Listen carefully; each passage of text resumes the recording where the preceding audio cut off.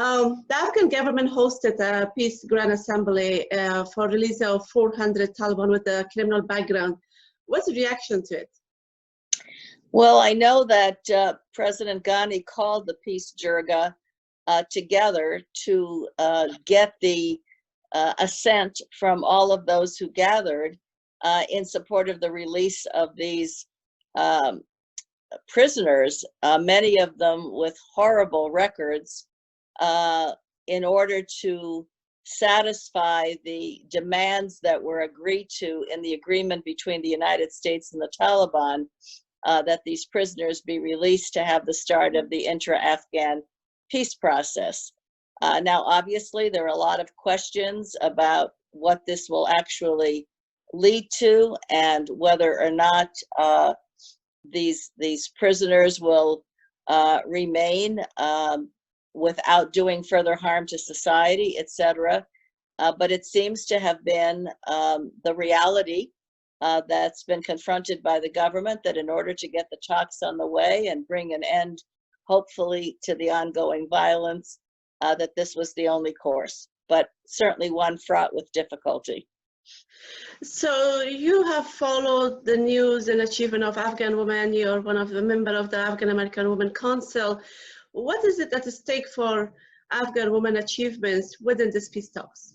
Well, I think a tremendous amount is at stake, and I'm as concerned as many of the women in Afghanistan are concerned about what the future holds.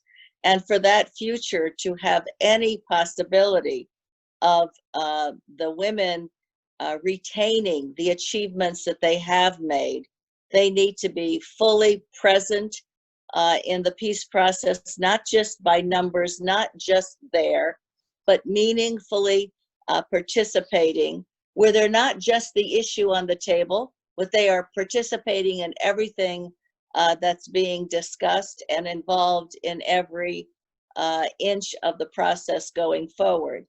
And I think their perspective has to be also stated in whatever agreement eventuates from that.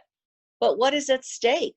When the Taliban were in power all of those years ago, what was the fate of women?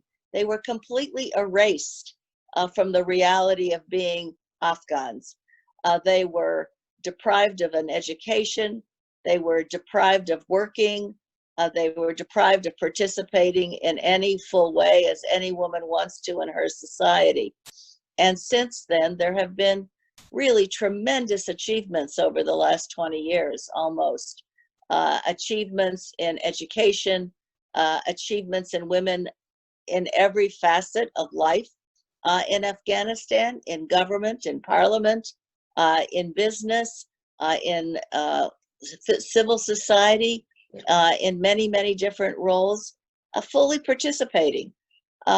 Is all of that going to be pushed back? This, as you know so well, and any of the Afghan women know so well, this is the big question and one that they fear the most.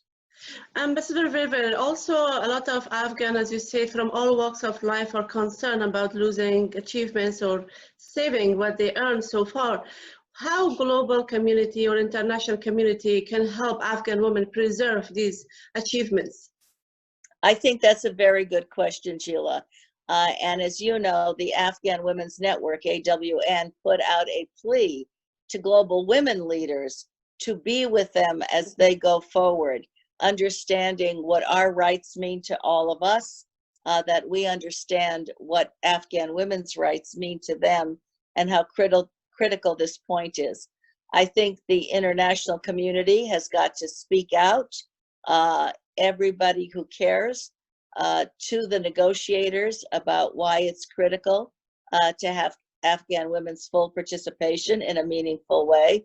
I think any agreements that are reached have to be closely monitored to ensure that women's rights are not going to be undermined in the process.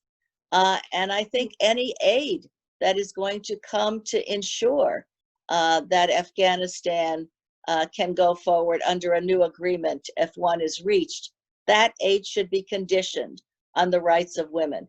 So there is a great deal that needs to happen among the members of the international community to really make a difference at this moment, because their role is also critical. And I think too, in the observers that will probably be present at the talks, that certainly they are comprised of women in their own delegations, and being very mindful of what stakes are present going forward. We are witnessing also the number of women increased for inter-Afghan talks, which is going to happen in Doha. So do you suggest US have to pressure more for a stronger support to Afghan women's rights in this inter-Afghan talks in Doha? Yes, of course, because the women are what, 4 out of 21 negotiators. They need to be supported by certainly by their own government, by those who are officials, the representatives of Afghan society who will be at the table, the members of civil society. This isn't just a women's issue. This is an issue about the future of Afghanistan. Women have a vital role to play in moderating the society and ensuring that extremism doesn't take hold the way it did.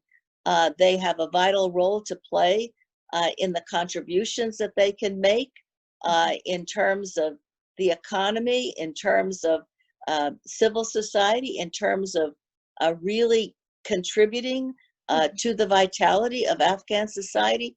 Their role is essential. It is not just about them being present at a peace table.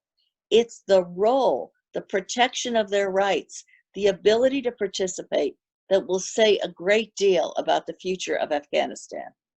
So last question, I'm sure you follow also the decision that US is trying to decrease the number of troops in Afghanistan and lowering down to almost 4,000 to 5,000 before US election, presidential election. What's your thoughts about that? What's your reaction? What's going to Well, happen? it's very troubling to me as an American. Obviously, we want to see an end to this war. There's a lot of fatigue in our country. It's been going on a long time.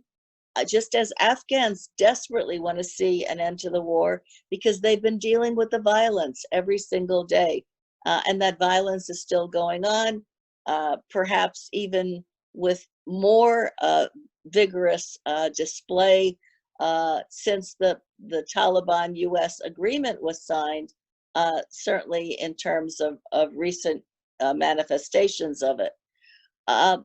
I think that our withdrawal should be conditioned on the Taliban meeting certain requirements in terms of how this is going to proceed. It is leverage. It is important leverage for us. And if the troops are just going to be withdrawn on this basis, that we withdraw our leverage as well. And I don't think that bodes well. So I hope that we're not reduced to just a very, very tiny number, as President Trump has said will be the case by election day, but that we will more seriously consider the fact that this withdrawal should be with conditions. Sounds good. Thank you so much for your time, Ambassador. It's very good to talk to you. Thank you, Zheela. Take care. Bye-bye. Thank you so much.